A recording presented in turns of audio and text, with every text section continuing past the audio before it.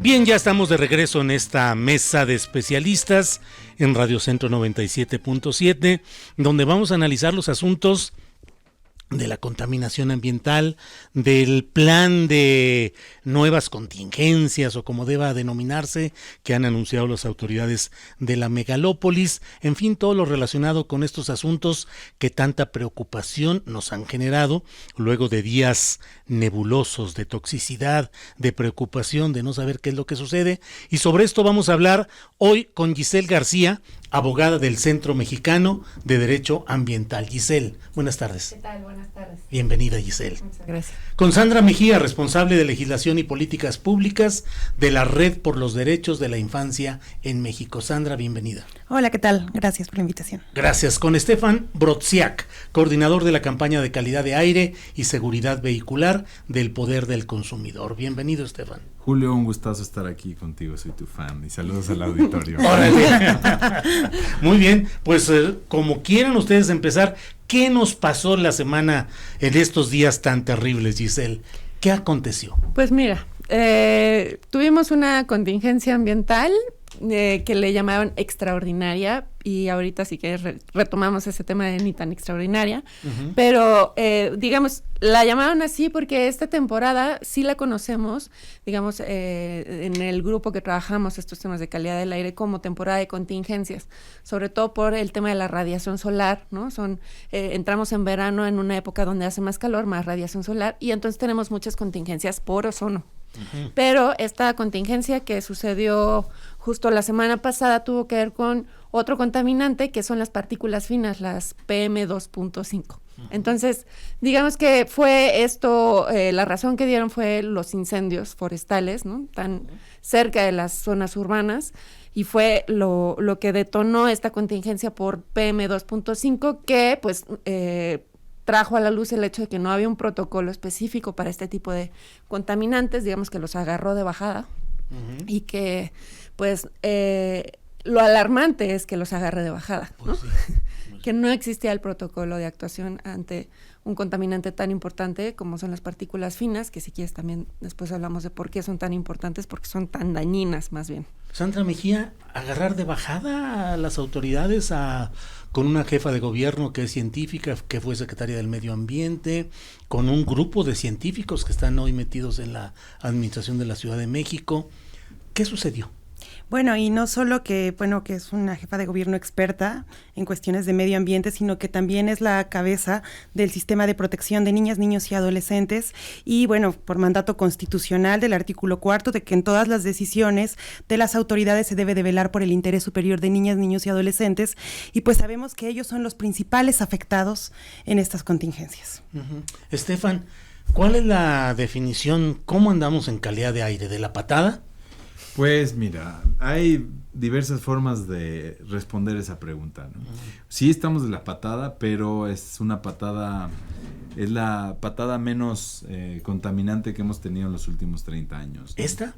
Bueno, en general en los últimos años, ¿no? Digamos que desde que se le quitó el tetretilo de plomo a las gasolinas como un retardante de ignición, y desde que se incorporaron el sistema de posttratamiento de gases en los vehículos, es decir, los convertidores catalíticos, pues ahí nosotros cambiamos drásticamente para bien la calidad del aire. O sea, las concentraciones que teníamos de ozono, o sea, recordarás en los 80s, finales de los 80s y principios de los 90s, era... Si hoy tenemos contingencia cada más o menos en diciembre y en el periodo marzo-junio, y no es todo el tiempo, en aquella época pues teníamos precontingencias cada rato. O sea, estábamos viviendo en una calidad del aire muy, muy, muy, muy mala. No quiere decir que la que tengamos ahora sea buena, eso también hay que decirlo, pero por ejemplo los límites para lanzar las fases de contingencia en aquellos años, o sea, eran muchísimo más permisibles. Ahorita estamos a mucho menos de la mitad de lo que antes teníamos para lanzar las contingencias. Entonces, digamos que la Ciudad de México, el Valle de México es un caso de éxito en la mejora de la calidad del aire a nivel histórico. Pero si nos vamos a los últimos 4 o 5 años, se ha estancado. ¿Por qué? Porque cada vez es más caro mejorar la calidad del aire a los niveles que recomienda la Organización Mundial de la Salud. Se tienen que incorporar las externalidades negativas que están dejando sectores económicos preponderantes como lo son el sector transporte, el sector de fuentes fijas, pues no están adoptando las medidas que requieren, ¿no? Para darte una idea, la norma que regula las fuentes fijas en cuanto a los límites permisibles de contaminación por material particulado es la NOM 043 de Semarnat, no se actualiza desde 1993, violando así la Ley Federal de Metrología y Normalización, que esa es la que menos me preocupa que se viole, ¿no? Uh-huh. Lo más preocupante es que no se está garantizando el derecho a la información, y si no se garantiza el derecho a la información, es decir, qué estamos respirando, a qué peligros estamos expuestos, no se puede garantizar el derecho a la salud, y si no garantizas el derecho a la salud, no puedes exigir como ciudadana, como ciudadano, que se hagan medidas para mejorar lo que haya que mejorar para tener un medio ambiente sano, es decir, el derecho a un medio ambiente sano. Giselle, ¿qué opinas? Pues no, estamos en esto, el Poder del Consumidor, la Redin, todos somos parte del Observatorio Ciudadano de Calidad del Aire, estamos muy en el mismo sentido, realmente desde el área de expertise del SEMDA, que justamente son el ámbito jurídico, pues hemos estado señalando justo, desde hace más de 15 años que se requiere la actualización de varias normas, y no nada más la actualización, sino la implementación de estas normas. Por ejemplo, en materia de combustibles limpios, ya teníamos una norma que establecía en el 2009 que tenía que entrar el diésel de ultrabajo azufre, que justamente es el tipo de combustible que usa el transporte pesado, que es el que más contamina. Desde el 2009, bueno, pues 10 años después seguimos sin tener ese combustible. Ya cambiamos incluso de norma, ya se actualizó, ya hicimos como toda esa lucha, ¿no? Que también costó bastante, para que finalmente, de todos modos, aunque ya está en la norma, no está cumpliéndose. No tenemos diésel de ultrabajo azufre, y no solo eso, hay un exhorto actual de la Secretaria de Energía, de la Secretaria Nale, para que todavía se aplace más la entrada de este tipo de diésel, alegando que Pemex no tiene la capacidad para cumplir con el calendario, que necesitan más tiempo, que necesitan más dinero, etcétera, ¿no? Lo que siempre nos han dicho durante estos 10 años, las razones por las que no pueden implementar de manera efectiva estas normas. Sandra Mejía, ¿qué opinión te merece el plan dado a conocer en estos días recientes por la jefa de gobierno, la secretaria federal del Medio Ambiente y el gobernador del Estado de México? Bueno, en principio es un poco preocupante que no se tome en cuenta a niñas, niños y adolescentes en estos planes. Desde el 2013, Redim ha monitoreado junto con Greenpeace, hemos sacado una publicación un diagnóstico de calidad del aire. Hubo una actualización el año pasado, y justo el nombre de este diagnóstico se llama No apto para pulmones pequeños, que es esta parte de, a través de 9 indicadores, pues sí se hace un análisis y un diagnóstico de calidad del aire. ¿Y cuál es la afectación que tienen a niños, niños y adolescentes? Pues bien, una de las propuestas de este diagnóstico es tomar en cuenta a niños y niñas pues en todas las decisiones que les afecten. Y en estas decisiones que han sacado últimamente, vemos que el tema de niños y niñas, que son justo las principales personas que son afectadas, que no son tomadas en cuenta, ¿no? Esta parte. Concretamente, ¿qué es lo que debería de hacerse para atender correctamente a niños y niñas? Sí, bueno, en principio, como lo mencioné hace ratito, desde el sistema de protección estatal de aquí de la Ciudad de México de niñas, niños y adolescentes, pues tener en cuenta una línea de el derecho a la calidad de aire, bueno, el derecho a la medición de calidad de aire de niñas, niños y adolescentes, el derecho a un ambiente sano, no solo un ambiente sano, sino a la recreación, y también pues el derecho a jugar, y sabemos que niños y niñas respiran más rápido todo, y también que son unos que están en constante desarrollo, y además sabemos que son los que están casi siempre exponiéndose al juego, a jugar en la calle, a jugar en el recreo. Entonces no están adentro, los niños y niñas siempre están afuera jugando, entonces son los principales afectados. Desde ahí pues que se tiene que iniciar esta campaña en las escuelas, en principio para que ellos conozcan que tienen este derecho a un medio ambiente sano, y este medio ambiente, desde donde se pueden ellos empezar a hacer campañas campañas de conciencia en principio, y en lo segundo, que también ellos conozcan las consecuencias de que traen no tener un buen ambiente. O sea, desde cuenta, pues, problemas de asma, problemas de pulmones, problemas, todo lo que implica tener enfermedades pulmonares, y también a las mamás que están embarazadas. Estefan, ¿qué aspectos positivos, negativos ves a la propuesta que se hizo en días pasados? Bueno, con respecto a al último comunicado que salió el gobierno de la Ciudad de México, la CAME, el gobierno del Estado de México, con respecto al programa de contingencias, los aspectos positivos que vemos es que están saldando una deuda histórica que se tenía de las administraciones anteriores para incorporar el criterio de las PM2.5, del material particulado fino y ultrafino.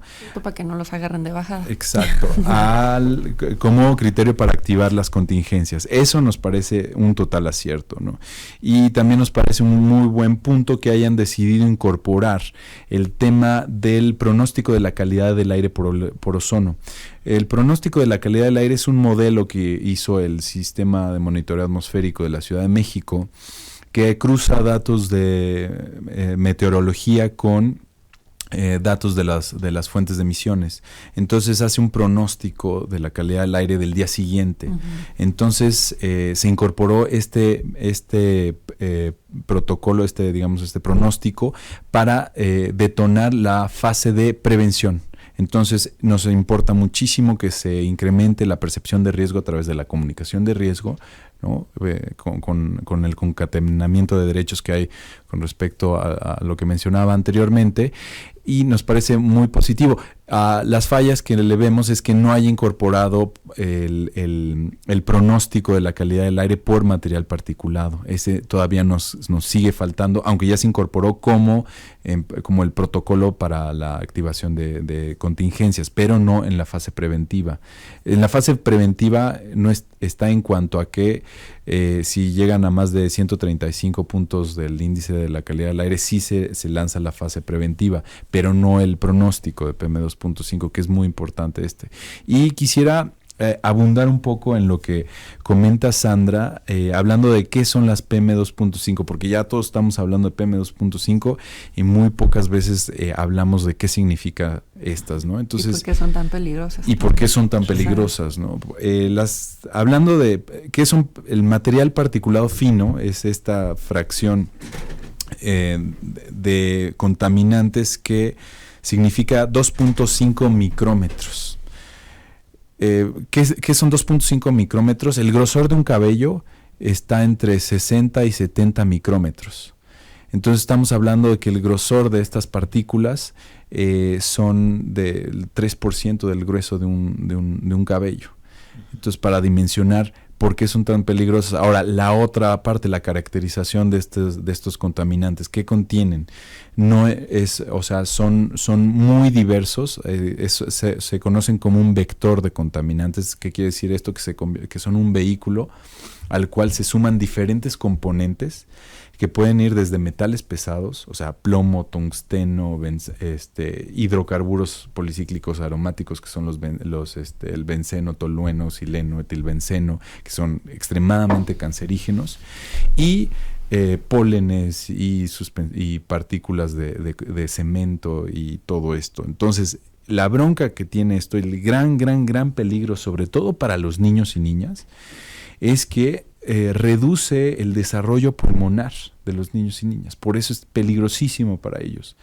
Y no se diga que también para las personas adultas y sobre todo para las personas que ya cuentan con una afectación física. El problema de esto es que nuestro cuerpo no tiene ningún filtro capaz que pueda retener este material particulado. O sea, nuestros vasos capilares pueden retener las PM10, o las tosemos, o las estornudamos.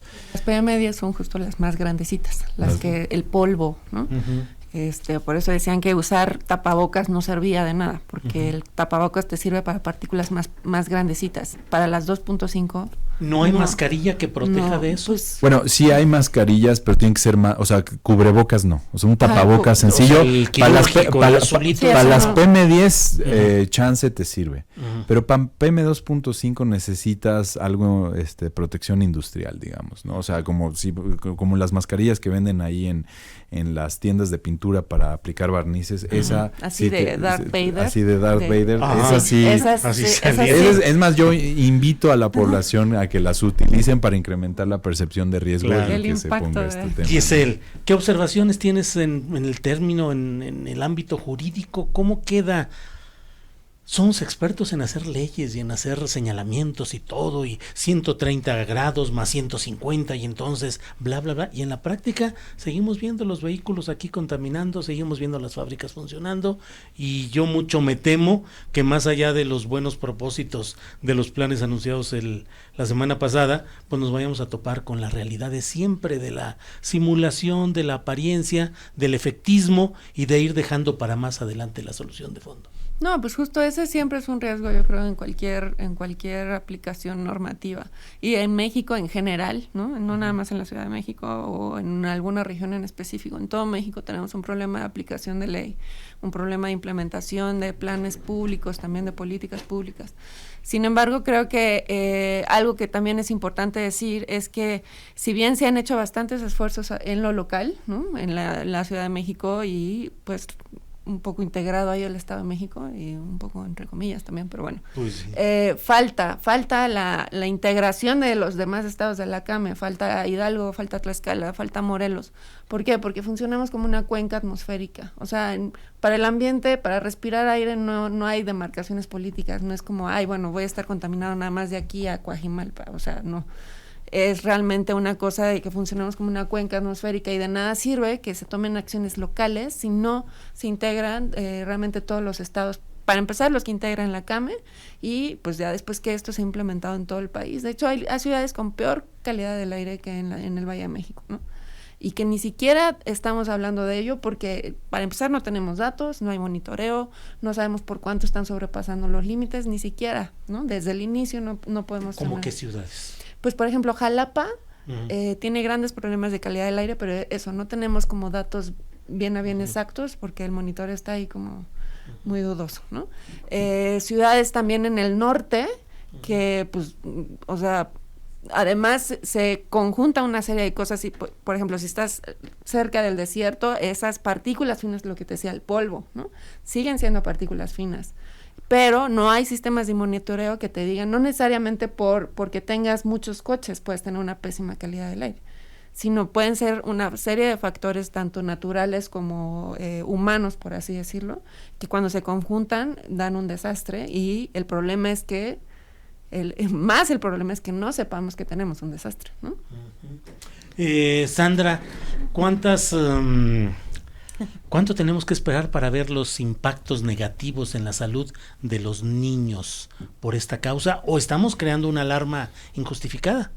Bueno, justo este diagnóstico que comentaba saca cifras alarmantes, que cada año mueren 1,680 niñas, niños y adolescentes menores de 5 años por contaminación del aire. O sea, por contaminación del aire a nivel federal. O sea, este resultado fue de justo de estos 9 parámetros que saca el diagnóstico, y salen con estos resultados que son alarmantes porque no solo afecta, digamos que la afectación empieza desde que la mamá puede estar embarazada hasta un nacimiento prematuro, hasta la formación de los pulmones, alergias, infecciones en la piel, bueno, una serie de cosas, y es como bien lo decías hace ratito, tenemos normas, tenemos leyes, buscamos que se actualicen las normas oficiales mexicanas y que a partir de ahí se actualicen las normas de la Semarnat. Tenemos la Ley General de Derechos de Niñas, Niños y Adolescentes, la Ley GEPA. Pues bueno, podría nunca terminar de toda la reglamentación que hay, pero en sí, ¿cómo garantizamos este derecho que tienen los niños, niños y adolescentes a la salud, que tienen estos niños, niños y adolescentes a un medio ambiente sano, que tienen también pues a la recreación, ¿no? ¿Cómo llegamos a ese punto de las afectaciones que pueden tener o las partículas que estuvieron muy presentes en días anteriores y que se decidieron suspender las clases hasta el martes y el jueves? Ahorita realmente no sé cómo estemos con esas partículas. Lo cierto es que niños y niñas pues siguen en clase, siguen en recreo y siguen afuera sin saber pues que estas afectaciones tarde o temprano pues iban a correr pues en ellos y en ellas. Claro. Estefan, tú tienes ese dato, ¿no? De la incidencia que pueden tener también en cáncer de pulmón. O sea, sí, claro. El problema de esto es que los efectos efectos son tanto a corto plazo y son visibles porque todo el mundo lo sufrió, desde la irritación de ojos, garganta, etcétera, y a largo plazo, que justo tienen que ver con desarrollo a vulnerabilidad al cáncer de pulmón. ¿Tú tienes ese dato? Sí, y gracias por la pregunta, porque puedo terminar la otra parte de las afectaciones en salud, ¿no? Las PM2.5 no son detenidas por los vasos capilares en la nariz, llegan a los alvéolos pulmonares y de ahí pasan al torrente sanguíneo. Y con ese tamaño, o sea, no hay célula que esté libre de afectación en el cuerpo humano de la exposición a PM2.5 una vez que entró al cuerpo, ¿no? Y si tenemos un buen metabolismo, si nos va bien, hacemos ejercicio, tenemos una buena dieta de muchas frutas, muchas verduras, si nos va bien lo podemos excretar u orinar, pero en la mayoría de los casos se acumulan este material particulado en riñones, en hígado, en pulmones, en corazón, en el cerebro, en el colon, y de ahí vienen afectaciones. Como tiene toda esta caracterización química muy compleja, muy variada, pues afecta, o sea, rompe las estructuras genéticas y puede generar cáncer, ¿no? Hay cáncer, o sea, hay estudios que dicen hay cáncer de colon, hay cáncer de vejiga incluso, por afectaciones de PM2.5, ¿no? Ya ni se diga las mujeres embarazadas que corren el riesgo de tener a un bebé con bajo peso, ¿no? Uh-huh. Y hay una correlación también entre Alzheimer y autismo en personas. Ya se me quitaron las ganas de respirar. Ya sé. Sí, ya. Ni respires así, quédate quietecito. En una persona en Twitter puso de Tamuy, que es una parte de la Huasteca Potosina, preciosa todo, uh-huh. Pues como somos los mexicanos, tomó fotografías y dijo: vendo aire puro de Tamuy, sí. 10 pesos la bolsa. Sí. Claro. Pues ya sí dan ganas de comprársela, la verdad. Sí. Giselle, tú eres abogada y tienes una maestría en Derecho Ambiental. Sí.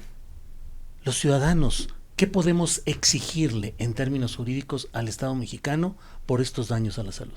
No, pues podemos exigirle todo. Falta que nos cumplan.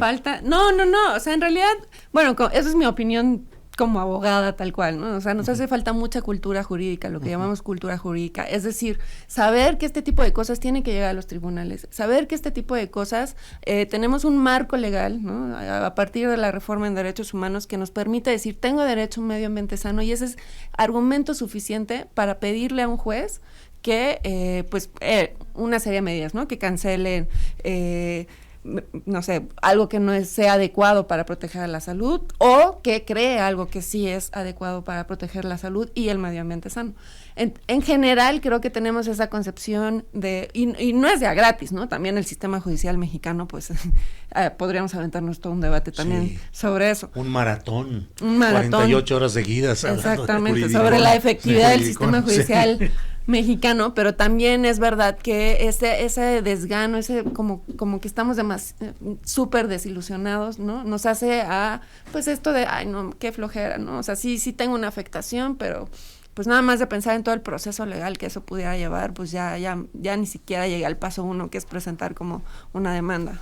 Entonces, creo que en ese sentido, pues también saber que tenemos toda esta paraguas de derechos que podemos ir tanto caso por caso como adherirnos a acciones que ya estén encaminadas en el Poder Judicial, o también incluso ver otras vías desde la parte de participación ciudadana, ¿no? O sea, tenemos tal cual reconocido el derecho a la participación ciudadana, que incluye tanto estar en foros o estar simplemente participando de manera más activa, que va muy ligado justamente con el derecho a la información, ¿no? Uh-huh. Exigir, desde el simple hecho de exigir mejor información o tener acceso a ella, ya estamos haciendo uso de nuestros derechos, ya estamos activando esa maquinaria judicial, jurídica más bien, sobre lo que tendríamos que estar haciendo para mejorar, ir siempre a mejor y no quedarnos estancados en una situación que pues vemos cada año que nos está provocando miles de muertes al año. Hay muchos comentarios en las redes sociales. Perdón, ¿querías decir algo? No, adelante. Bueno, hay muchos comentarios en las redes sociales, otros por teléfono.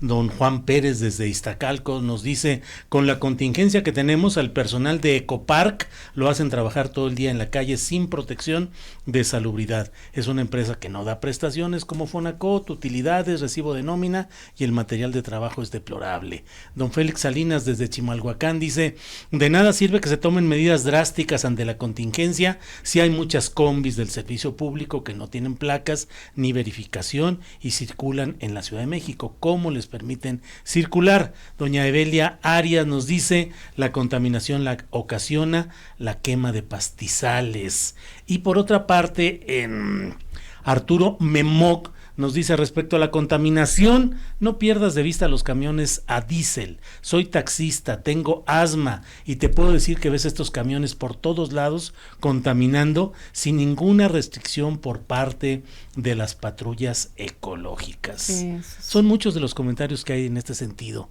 Sandra Mejía, ¿qué hacer? ¿Qué hacemos? Bueno, sí, realmente un poco complementando la cuestión de lo jurídico, por supuesto que se puede buscar la protección y la justicia de la Unión, que son amparos colectivos ahora por un grupo de población afectado que han sido como ejercicios complicados realmente, pero que se puede hacer pues desde las infancias, desde niños, niñas y adolescentes que lo pueden hacer por el derecho a un aire limpio, hasta grupos de poblaciones principalmente afectadas. También creo que es un problema multifactorial toda la cuestión de la contaminación, eso, que también tendría que ver con mucho de los comentarios con los sistemas integrales de transporte que no funcionan, no desde aquí de la Ciudad de México, el Estado de México, y bueno, esta parte que mencionaban que era la cuenca, pues creo que por ahí empezar, que es una línea que dice, efectivamente, hay camiones de diésel que no están regulados, que sacan toda la contaminación del mundo y van circulando desechando cualquier tipo de contaminante, ¿no? ¿Quiénes son los principales afectados? Yo van a decir siempre niñas, niños y adolescentes, pero sí, realmente sí. Lo otro era que estos ejercicios de participación ciudadana, pues sí, también tendrían que empezar con las personas que son principalmente afectadas, pero también estos ejercicios inician desde la infancia.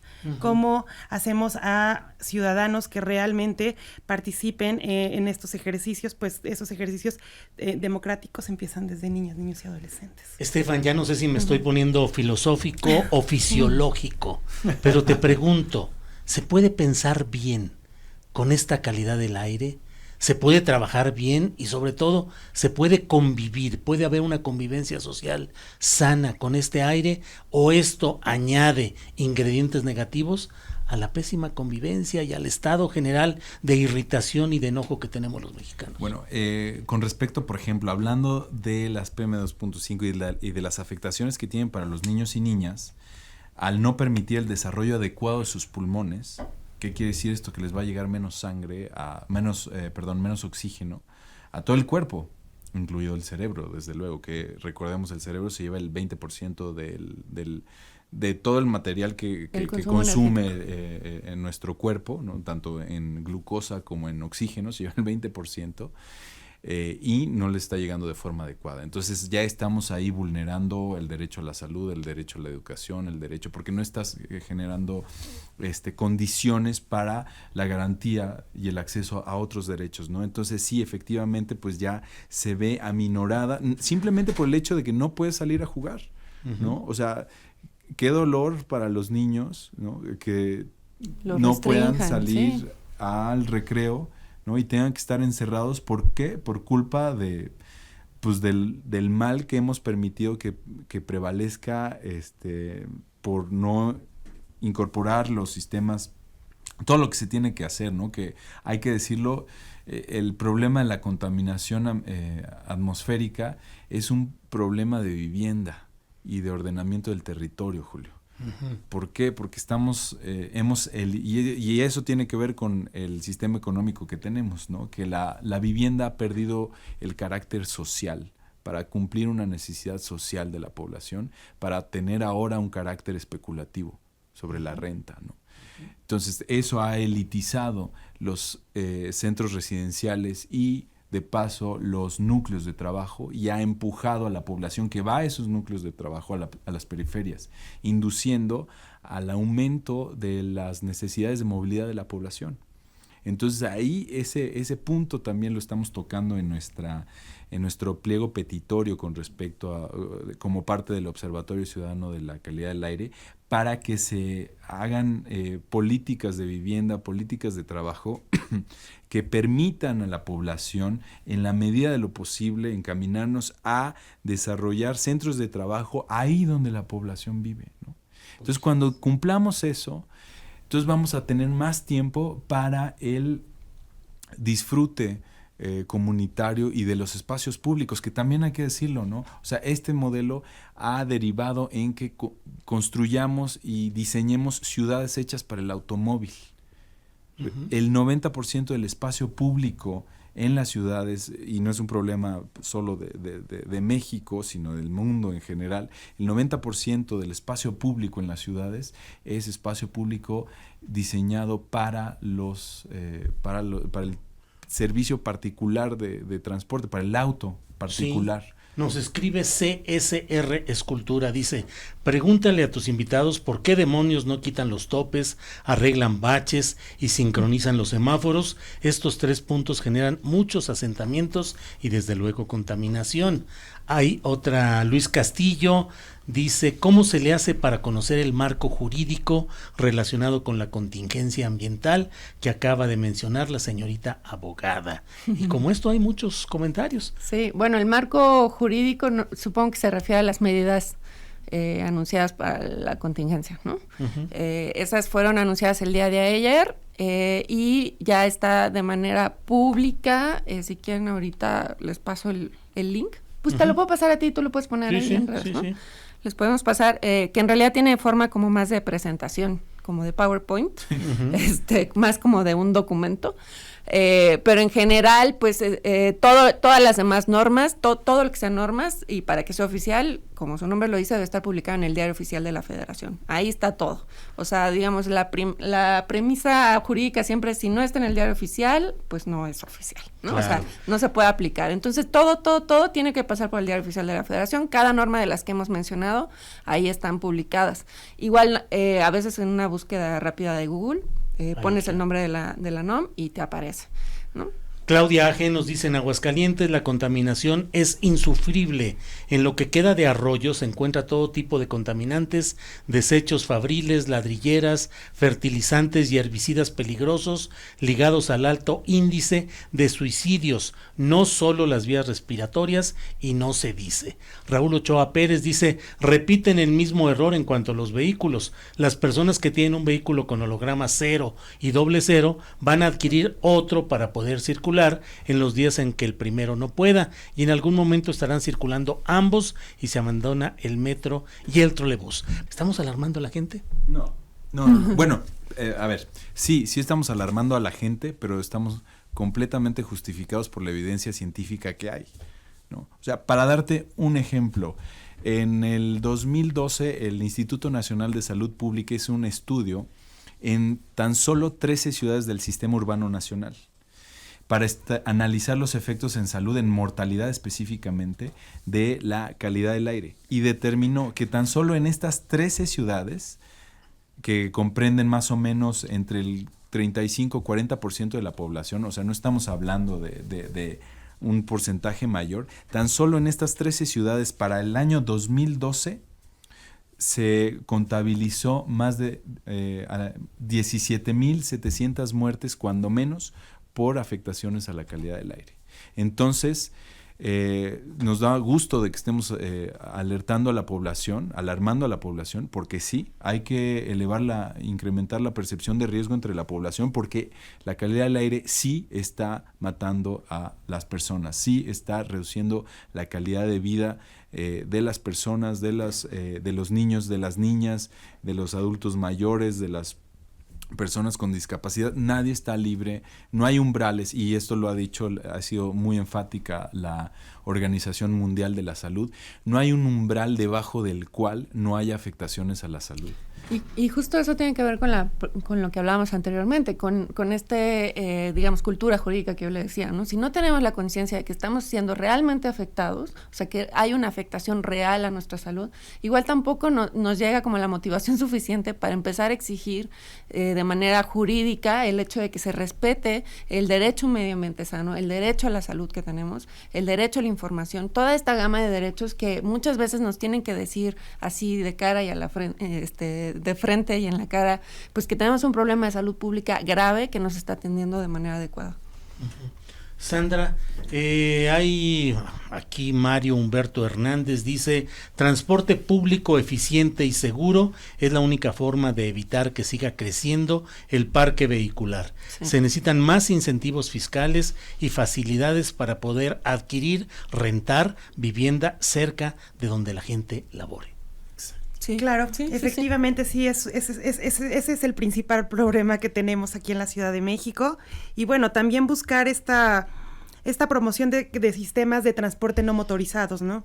Dar impulso, que justo pues sí ha habido programas como dar impulso a la bicicleta, y sobre todo que sean medios de transporte seguros, medios de transporte que no contaminen, que sean que no estén saturados, porque también tenemos como una red saturada aquí en la Ciudad de México. Pues sí, realmente se necesita una mejor calidad de vida. Sí, se requieren varias cosas. Se requiere descentralización, ¿no? O sea, no es impensable tener una buena calidad del aire en una ciudad que son más de 22 millones, ¿no? También se requieren cambiar patrones de movilidad, como ya lo decía Estefan. O sea, mientras no cambiemos eso, no vamos a resolver los problemas que nos aquejan, simplemente porque sí, el transporte es el principal factor, digamos, que influye en la mala calidad del aire. En esta ocasión lo hicieron ver como que, bueno, fue una cosa excepcional por lo de los incendios, y eso es excepcional ante un escenario de cambio climático. Tampoco es tan excepcional, ¿no? No estamos ligando el problema de calidad del aire con cambio climático, no estamos fortaleciendo las capacidades de atención y de adaptación al cambio climático, es decir, atención a estos incendios, ¿no? Ok, si los vamos a tener cada año, ¿qué estamos haciendo para apagar los incendios de manera oportuna, alertar a la población, realizar acciones emergentes, por así decirlo, ante estas eventualidades? Pero en general, el resto de los 9 meses que sí, o sea, esta temporada de 3 meses, ok, el resto de los 9 meses, ¿qué estamos haciendo en temas de transporte, ¿no? Y eso tiene que ver con justo cambios de patrones de movilidad. Y sin embargo, parece que nada se mueve de verdad y a fondo, Estefan. Pues mira, hubo la actualización de las normas de calidad del aire en cuanto a ozono y a partículas en 2014. Pero eso es nada más decir, o sea, lo que la ley permite que esté contaminado el medio ambiente. Ahora, necesitamos todo el otro cuerpo normativo que sí está muy rezagado, ¿no? Como lo mencionaba, las industrias, la norma de partículas, de emisión de partículas de las industrias, de fuentes fijas, no se actualiza desde 1993, o sea, lleva 26 años de atraso, de obsolescencia, cuando ha habido grandes avances en el control de emisiones de compuestos orgánicos volátiles, de óxidos de nitrógeno, de material particulado, y prácticamente esta norma lo que hace es avalar que las industrias sigan contaminando, ¿no? Entonces, ese es un problema que se tiene que atender y que estamos solicitando también desde el Observatorio Ciudadano de la Calidad del Aire, en conjunto también con los otros sectores, ¿no? El sector transporte, que también, para decirlo, los vehículos ligeros, la norma que regula el control de emisiones de los vehículos ligeros no se actualiza, Julio, desde 2005. Entonces llevamos 14 años con una actualización, y eso tiene que ver con un sesgo por parte de la industria automotriz que ha estado interfiriendo sistemáticamente en las regulaciones que tienen que ver con el desempeño ambiental, el rendimiento de los automóviles y, por si esto fuera poco, también con la seguridad de los vehículos. Estamos entonces haciéndole un tributo funerario a industrias altamente contaminantes, a la industria automotriz, a grandes poderes económicos que impiden que se tomen medidas que protejan la salud, pero que les reditúan a ellos grandes ganancias en sus negocios. Sí, Giselle. Es correcto, así de triste. O sea, por ejemplo, nosotros justo como organizaciones de la sociedad civil trabajamos a veces en los grupos de trabajo de estas normas, ¿no? Uh-huh. Digamos, vamos a las reuniones, nos toca negociar, y siempre nuestro tope es el sector, por ejemplo, en una norma específica que nunca la voy a olvidar, que es la 044, que es la que regula el transporte pesado. Por ejemplo, el consorcio de industrias del transporte transporte pesado, la ANPAC, era imposible negociar con ellos, ¿no? Porque siempre llegan con una postura de, bueno, es que nosotros traemos desarrollo al país, es que nosotros traemos los datos económicos de cuánto implicaría esto, y pues no vamos a negociar ante un margen tan grande económicamente que nos implicaría a nosotros para hacer lo que tú me estás pidiendo. Entonces, ante ese escenario, y esas reuniones además se llevaban a cabo en ese entonces, pues estoy hablando de hace como 4 años más o menos, se llevaban a cabo en la Semarnat, y nosotros decíamos, bueno, estamos discutiendo en la Semarnat o estamos discutiendo en la Secretaría de Economía, porque esto es un asunto de ambiente, no de economía. No estamos además poniéndonos en una situación donde ellos estén contabilizando, por ejemplo, cuánto nos cuesta las muertes al año por vías respiratorias, cuánto nos cuesta dejar de ir a trabajar, cuánto nos cuesta en general que los niños no tengan un sano desarrollo. Y yo quería retomar un poquito la pregunta filosófica que tú hiciste, porque sí, o sea, nos afecta hasta en el ánimo, ¿no? Sí. El hecho de ver la ciudad gris, sí. El hecho de no ver el sol, el hecho de no poder ver más allá del edificio que está enfrente. Claro que debe tener una afectación a nivel anímico y a nivel de calidad de vida. O sea, hablar de calidad del aire finalmente es hablar de calidad de vida. Y así como lo decía Estefan, ¿no? O sea, vivir, por ejemplo, cerca de tu trabajo te puede crear una serie de beneficios enormes, tanto a tu salud física, pero también a tu salud emocional. Tenemos un problema también grave en todas las urbes que tiene que ver con quitar áreas verdes, ¿no? Uh-huh. O no estar hablando de la importancia que es tener áreas verdes que, además de que ayudan a la calidad del aire per se, ¿no? Ayudan a la calidad de vida, ayudan a disminuir índices de depresión, ansiedad, ¿no? De todas estas, ¿cómo le llaman? Los males de la sociedad moderna que nos aquejan, que tienen que ver con eso, ¿no? Depresión, ansiedad, males como más en el sentido emocional que físico, y que, por ejemplo, eso ni siquiera entra dentro de las consideraciones de salud pública. El corresponsal del Grupo Radio Centro en el Estado de México, Félix Hernández, nos dice que por daños al medio ambiente y tala de árboles, autoridades de Ecatepec aplicarán una multa de 3 a 5 millones de pesos a la empresa CA Construcciones, que actualmente edifica la línea 4 del Mexibús, que conectará Ecatepec con la línea del Metro Indios Verdes. Pero, Sandra, a veces les resulta más fácil pagar multas que frenar pues 2-3 millones de pesos en proyectos que son de a cientos o miles, pues no es gran cosa, ¿no?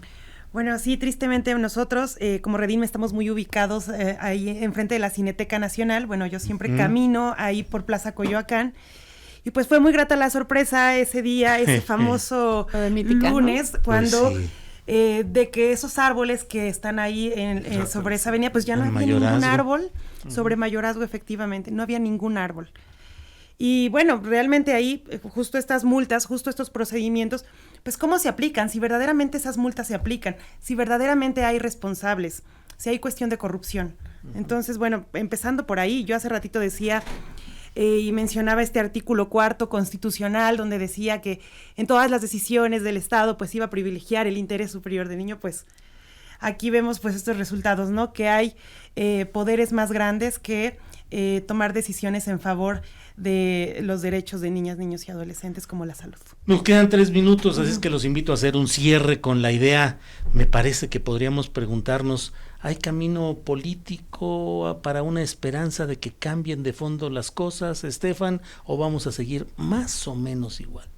Pues mira, técnicamente es posible mejorar la calidad del aire, o sea, técnicamente se puede hacer, pero sí requiere un grandísimo esfuerzo tanto de gobierno como del sector industrial, el sector comercial y desde luego de la sociedad en general, porque estamos en un punto en el que tenemos que cambiar sí o sí, si queremos continuar como civilización, tenemos que cambiar de paradigma.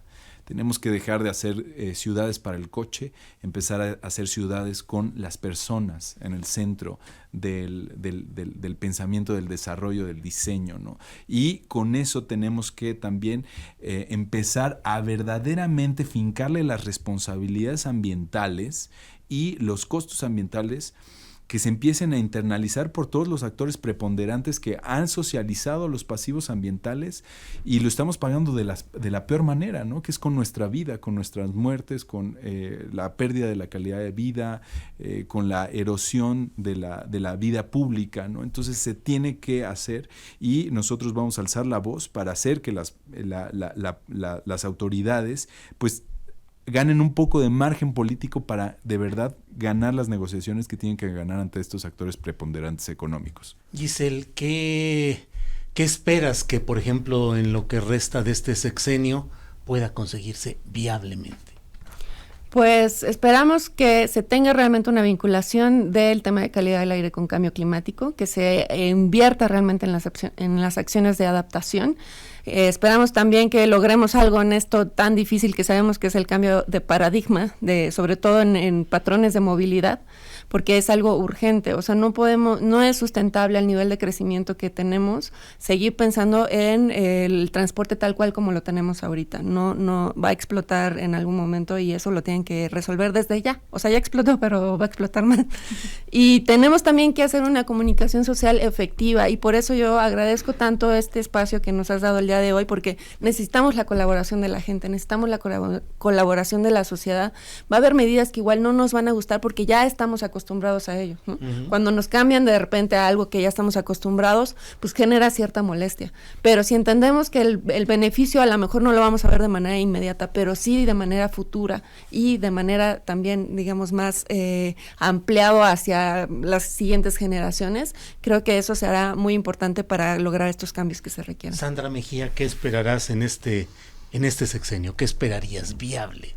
Bueno, también agradeciendo la invitación y bueno, justo eso, lo que mencionaba, este derecho a la calidad al aire limpio, pues también meterlo en las escuelas como prevención y también que ellos mismos conozcan las afectaciones que tienen directamente sobre tener un mal ambiente. Eso es lo primero. Y lo segundo, que se incorpore este tema en los sistemas de protección, tanto federal y estatales, del derecho al aire limpio, recreación y el derecho a la salud de niñas, niños y adolescentes. Esperamos como que se visibilice a esta parte de niñas y niños como las más afectadas cuando existen estos altos niveles de contaminación.